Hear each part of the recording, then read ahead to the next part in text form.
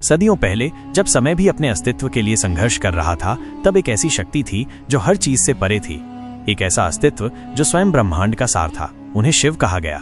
वो किसी सिंहासन पर नहीं बैठते थे, नहीं उनके पास कोई राज्य था। उनका साम्राज्य ब्रह्मांड के हर कण में था, हर तारे की चमक में, हर परमाणु के कंपन में। वो महायोगी थे जो हिमालय की बर्फीली चोटियों पर गहन ध्यान में लीन रहते थे।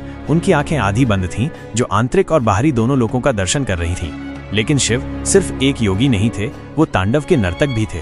जब वो नृत्य करते थे तो ब्रह्मांड उनके साथ नाचता था, सृजन, संरक्षण और विनाश की लय में।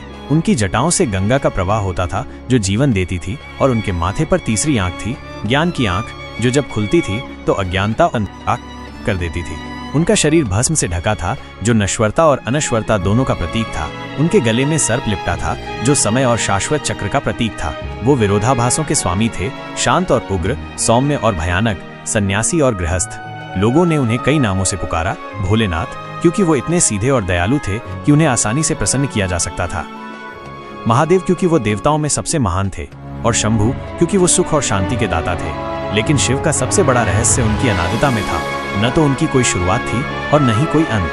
वो शून्य में निहित थे, जिससे सब कुछ निकलता है और जिसमें सब कुछ विलीन हो जाता है। वो उस आदिम ध्वनि अ में थे जो सृष्टि से पहले गूंजती थी और सृष्टि के बाद भी गूंजेगी। आज भी जब आप रात के आकाश को देखते हैं या पहाड़ों की खामोशी महसूस करते हैं, तो आपको शिव की उपस्थिति का आभास होगा। वो सिर्फ एक देवता नहीं है, वो एक रहस्य है, एक अनुभव है, एक शाश्वत सत्य है, जो हमें अपनी चेतना की गहराइयों में झांकने और ब्रह्मांड के साथ एक होने के लिए आमंत्रित करते हैं। क्योंकि जब आप शिव को समझने का प्रयास करते हैं, तो आप वास्तव में स्वयं को समझने का प्रयास करते हैं, और यही सबसे बड़ा रहस्य है।